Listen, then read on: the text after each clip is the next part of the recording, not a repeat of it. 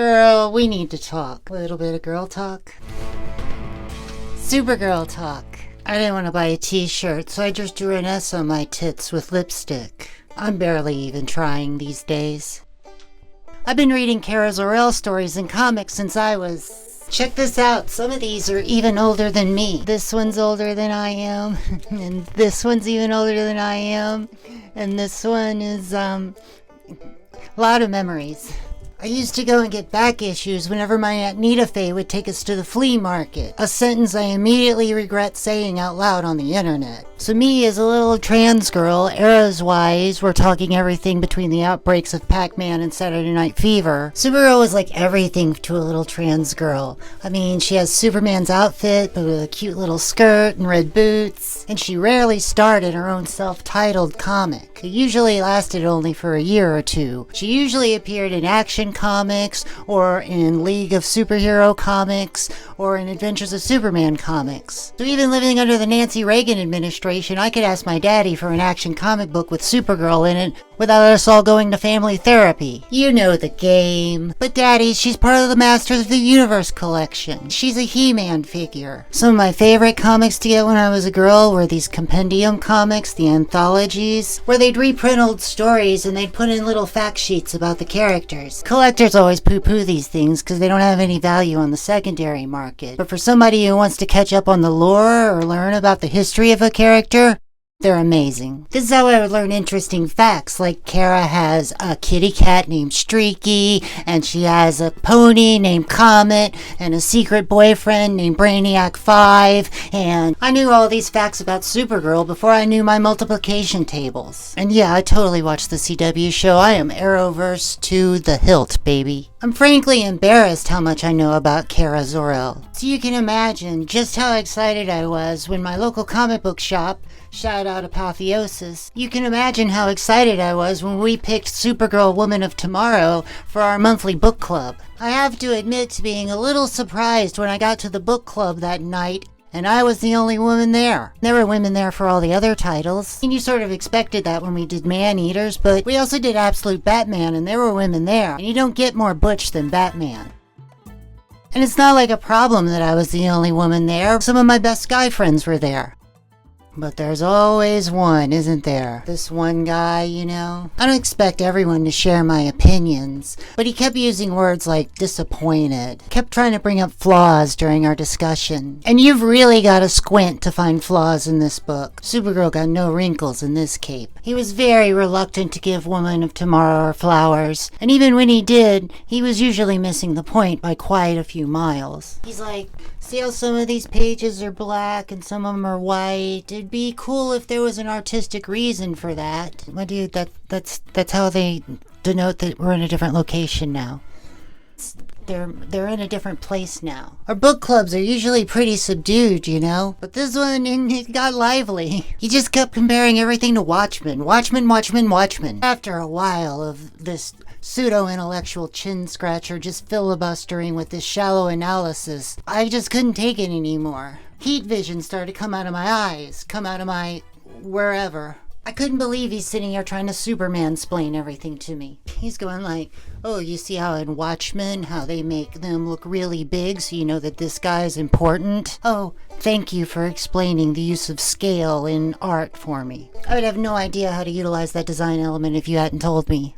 Look, if this were a book that were exploring Kara as this larger-than-life figure with godlike powers, then sure. That would make a lot of sense to, draw it that way. But here's the thing, this ain't that kind of story. Supergirl's trying to process her trauma here, to find her place in this vast universe, so it would make sense to use scale to set her apart. After his third time bringing up a different book, I'm just like, say Watchmen again. I dare you. I double dare you. Say Watchmen again. The main point of contention we had was, according to him, Supergirl was never a successful main character because she's a Superman clone with no real personality of her own, and she didn't really come into herself until, in Woman of Tomorrow, they started to explore the trauma she had by losing her entire hometown, Argo City. Kal-El was in diapers when his pops put him up for adoption.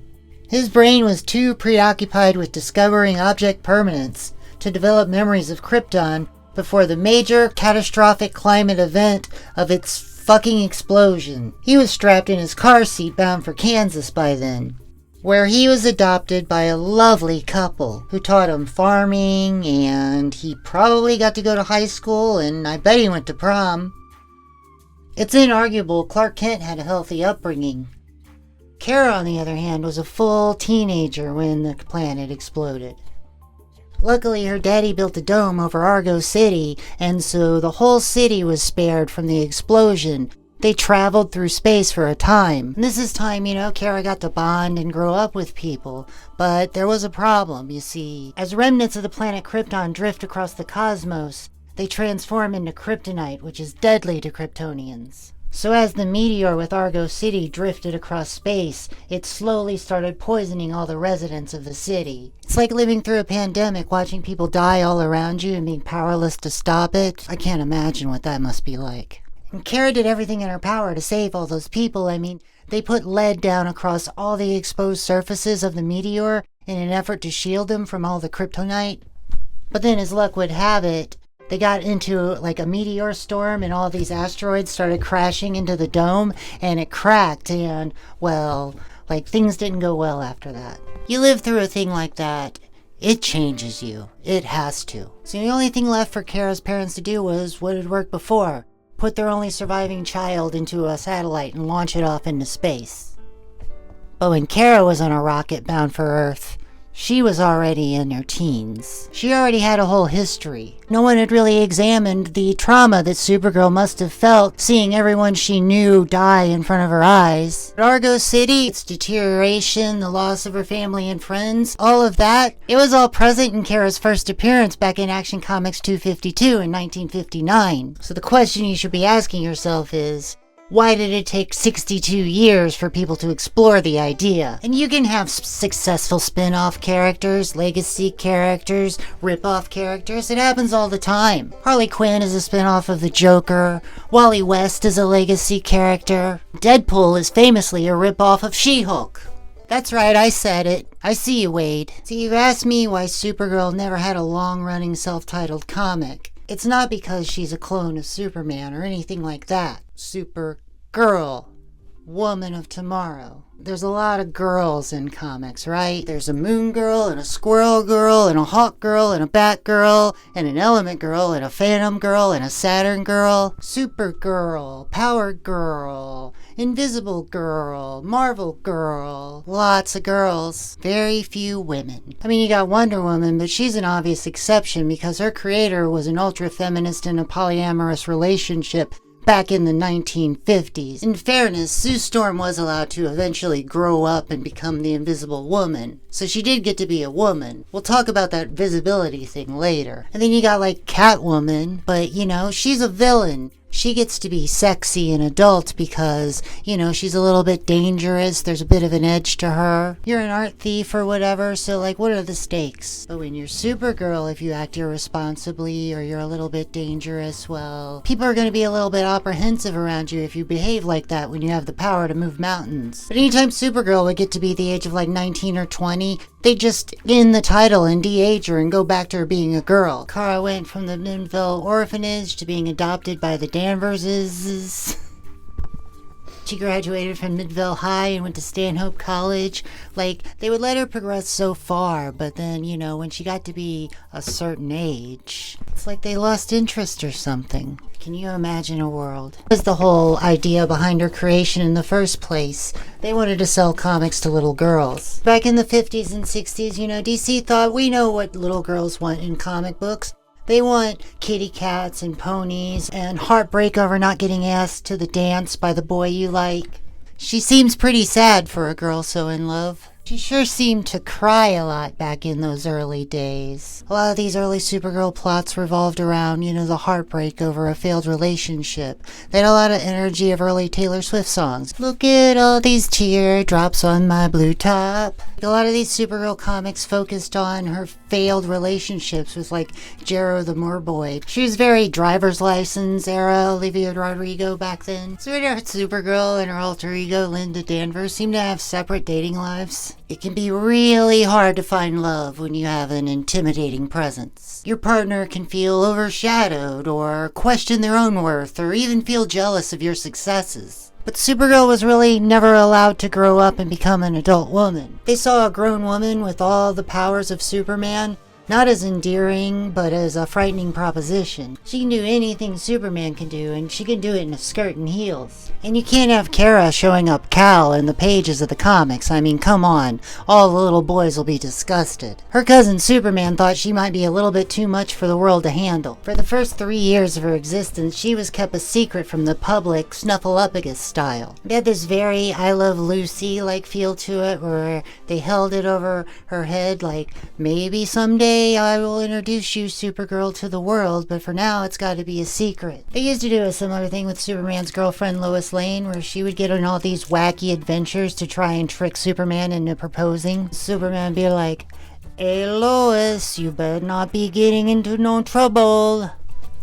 That's a great Desi Arnaz. Kal-El's like, "I'd love to introduce you to my friends, but it's dangerous, and you're just a girl all pretty and petite, and you don't have any rights." And in a way, he might have been right. Like, the amount of pressure that Supergirl would be under to live up to the Superman brand, it's unbelievable. And Supergirl made a name for herself over the years, fighting with the Legion of Superheroes, but it's really hard to, step out of the shadow of your more famous cousin, right? If Supergirl comes across as, too pushy or too bossy, well, that's just Power Girl, And that just comes with its own set of problems. Kara can't respond too aggressively, even if she is being harassed, because it would go contrary to the image that Superman had been building here, and besides, it might not be safe for her if she's viewed as a threat. You saw in the James Gunn Superman movie how Lex Luthor tried to demonize Superman if he stepped out of line even a little bit. And there are a lot of groups out there that look for any excuse to label you as a threat so that they can justify their bigotry against you. Just imagine what the tabloids would do to Supergirl. One weird angle upskirt photo coming out of a bar and you're never going to hear the end of it. I feel like, and I think I can speak with some authority when I say this, it can be really difficult to transition into womanhood when you're in the spotlight. When you feel scrutinized by the public, you're under a lot of pressure to perform in a certain way, It's like quite a tightrope that you've got to walk to be dainty and strong at the same time. The world adores a princess, but fears a queen. Kara's persisted by the same plight I face every day, where you have every right to be angry, but if you act on it, things aren't going to go well for anybody. When Supergirl gets really angry and she just needs to vent, she flies into the middle of a star, into the middle of a sun, so she won't frighten everyone else when she screams out in pain. There is a lot here that speaks to me. Supergirl's life is a constant exercise in restraint. And I can relate to this. I can relate to this a lot. I'll just go to the grocery store and I'm either getting hit on or there's some little group of kids snickering over here and I can hear them, I really try to remember in times like that it's none of my business what other people say and think about me. As much as I'd like to just give them a piece of my mind and tell them how it is, I can't really feel confident that strangers are going to take my side in a public altercation. Even if my anger feels really justified, expressing my anger in this moment will only have bad outcomes. And I really feel my only choice is to resign myself to endure it. It's real easy for Clark to be the Boy Scout, He grew up in Smallville, Kansas, with loving parents, and he had a lot of advantages. I didn't grow up on a nice house and a farm. I grew up on a meteor hurtling through space. But Superman had it easy growing up compared to Kara. I mean, when his planet exploded, he was just a teeny tiny baby. He doesn't really remember any of that shit happening. Kara, on the other hand, was a full teenager when the planet exploded. Supergirl's been through some bad shit she should be, a sad bitch. And at her power level, she can't even allow it to turn her to a savage either. I guess that's why self-sacrifice is so important for Kara. She's willing to take those slings and arrows. I mean literally. And then of course there's Crisis on Infinite Earths, where Kara gives her life to save Superman. This is staying in character. I mean, after all, Kara's intention when she got to Earth was to look after baby Kal-El.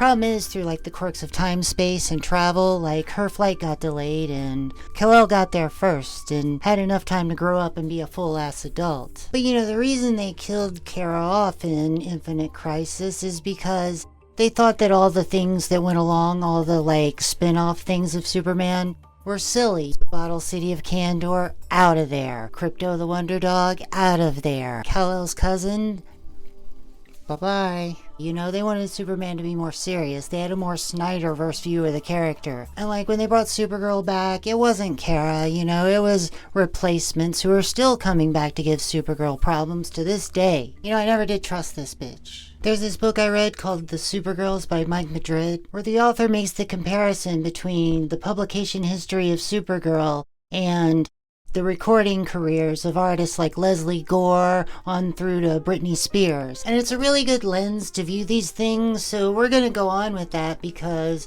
well, I was talking to my girl Alicia the other day, and Olivia's new album just dropped yesterday. You seem pretty sad for a girl so in love. See, Alicia's telling me that they're using one of Olivia's songs in one of the new Supergirl trailers that just came out on IG. And then Alicia's like, oh my god, when two worlds collide. What are the chances of me calling that your song and it being used for the Supergirl promo?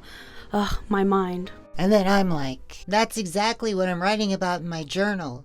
Because Supergirl is all about growing up as a public figure in a short skirt.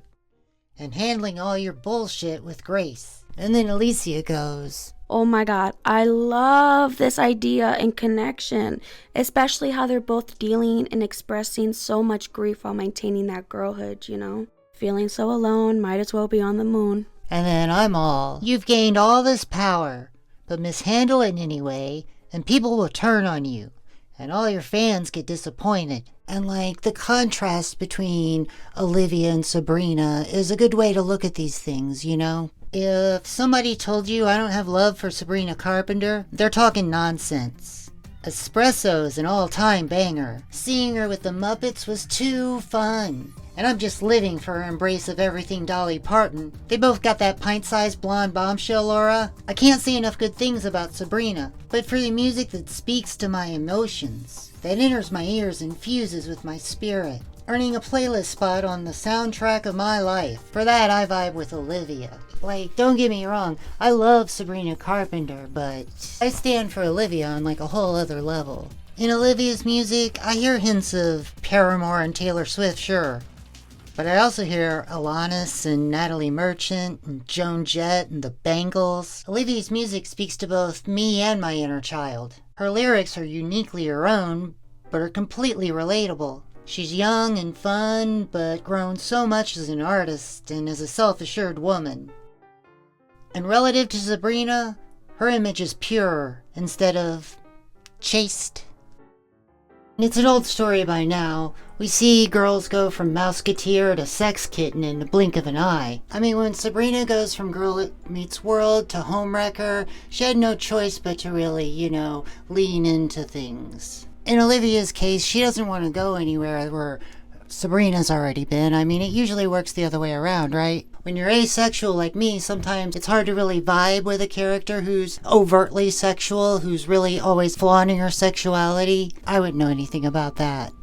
Over-sexualization just clashes with some people's personalities, so it's not a way to really sell comic books, Supergirl comic books in particular. They tried it when they brought her back in 2004, right? They had Michael Turner draw her, and he drew her like really waifish and kind of looking like, one of the Olsen girls grown up. I recently learned that Michael Turner passed away, and judging by the way he drew Kara, he must have died of thirst. She's like completely naked in her first appearance in this book and throughout most of it, honestly. She has to grab some clothes from strangers. And they make her like this bratty, like Lindsay Lohan character. But people didn't like it. It kind of felt icky. It's not always the way to go. Like, I'm not going to give away the end, but our little critic friend, Supergirl returns to see Ruthie, and Ruthie's aged quite a bit because, Supergirl's traveling at the speed of light and it's a different galaxy and everything. And my guy's like, why is she so old here? Like, what is the deal with the aging? Do they age at different rates? And I'm like,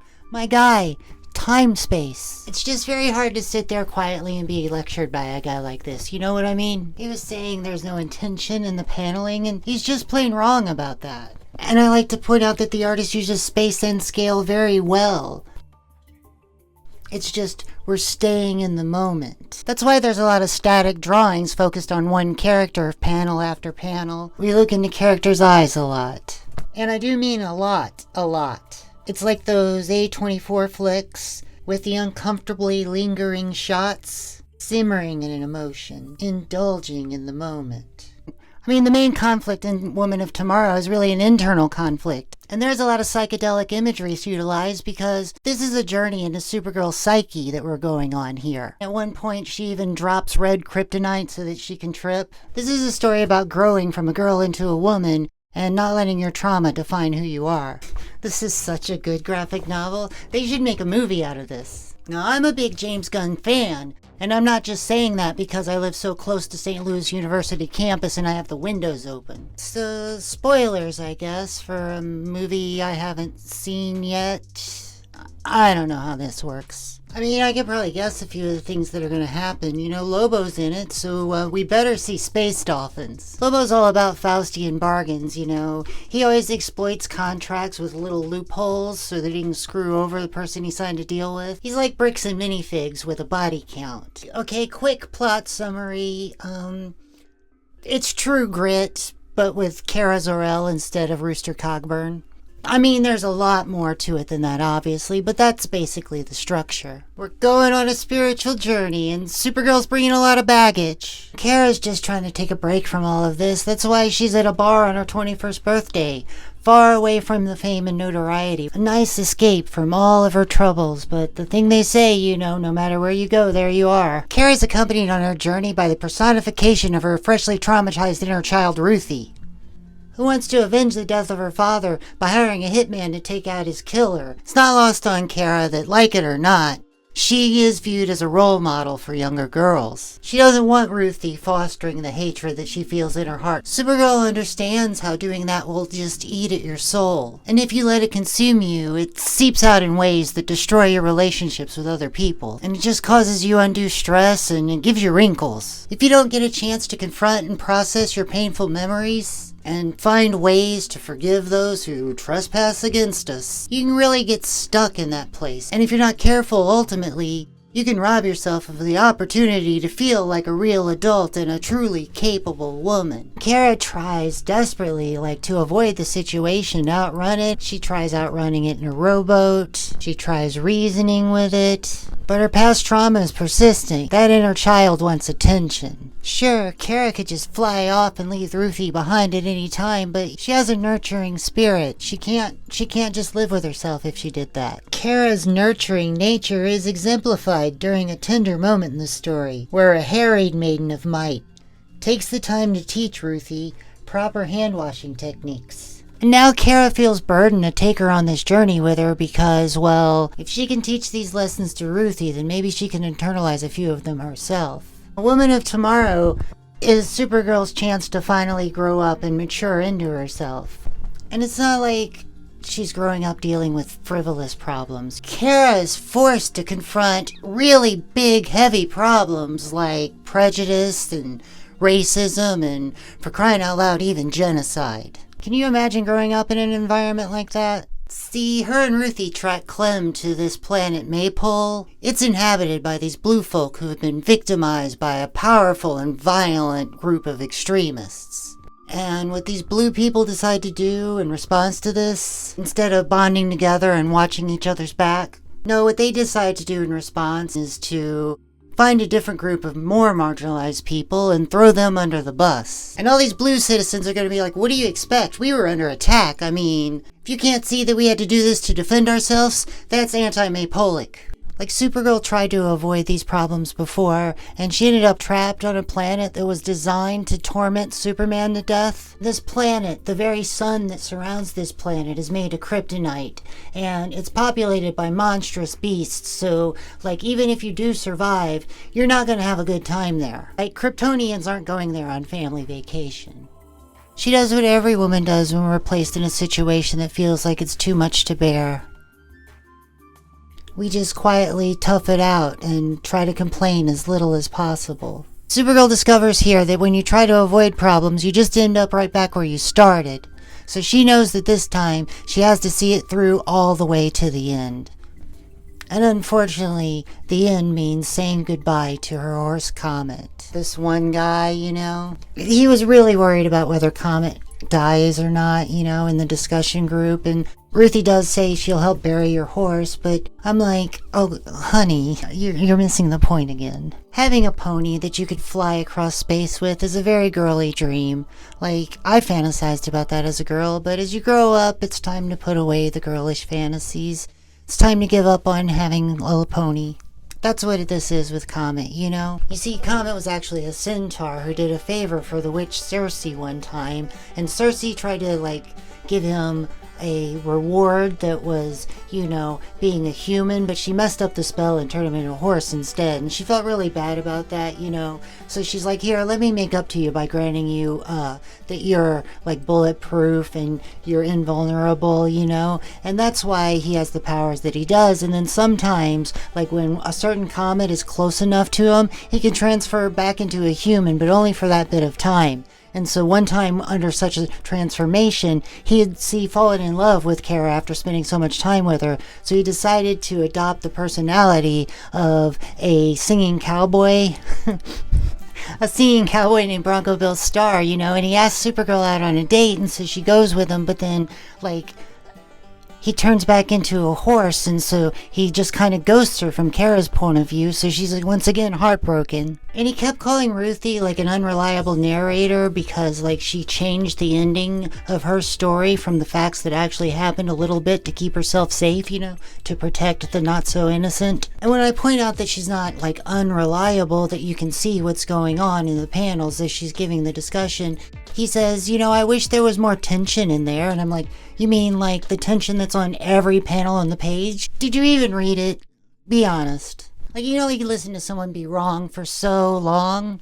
He was the type of person who tells you that there's nothing ironic in Alanis Morissette's song. And I look at those kind of people and I think, well, isn't that nice? She seems pretty sad for a girl so in love.